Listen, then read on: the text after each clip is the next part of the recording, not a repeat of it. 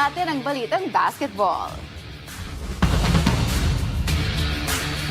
Sa ikatlong sunod na pagkakataon, magtatagpo ang TNT Tropang 5G at Rain or Shine Elastic Painters sa PBA Playoffs. 2-0 ang record ng TNT kontra sa Ross. Sa huling dalawang conference, nakagtapat sila sa isang serye. Ano naman kaya ang mindset na bit-bit ng Rain or Shine upang subukang makabawi ngayong All-Filipino Conference? Yan ang ulat ni teammate Rafael Bandeiral.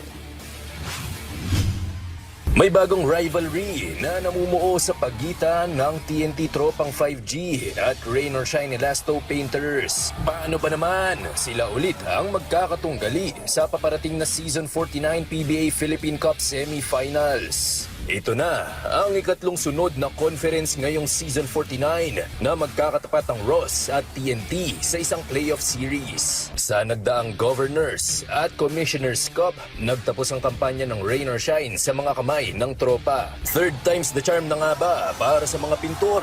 Naniniwala si Star Guard Adrian Nocum na kayang-kaya basta dodoblehin nila ang effort, lalo na sa depensa.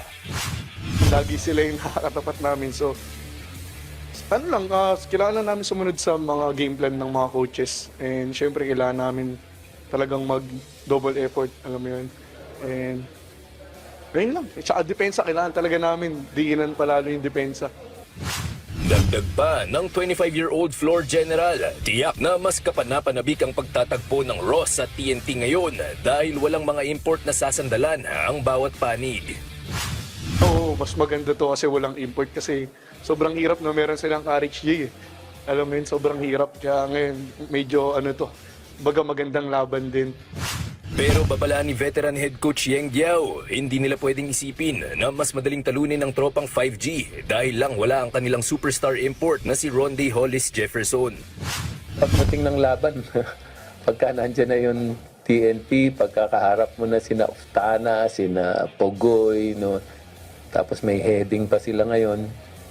Akala mo nagpapalakas si RHJ. Pero pag nandyan na sila, All Filipino, malakas pa rin sila. Magsisimula ang semis bakbakan sa pagitan ng TNT at Ross sa Miyerkules, ika-25 ng Hunyo sa Mall of Asia Arena. Rafael Bandeirel para sa Atletang Pilipino, para sa Bagong Pilipinas.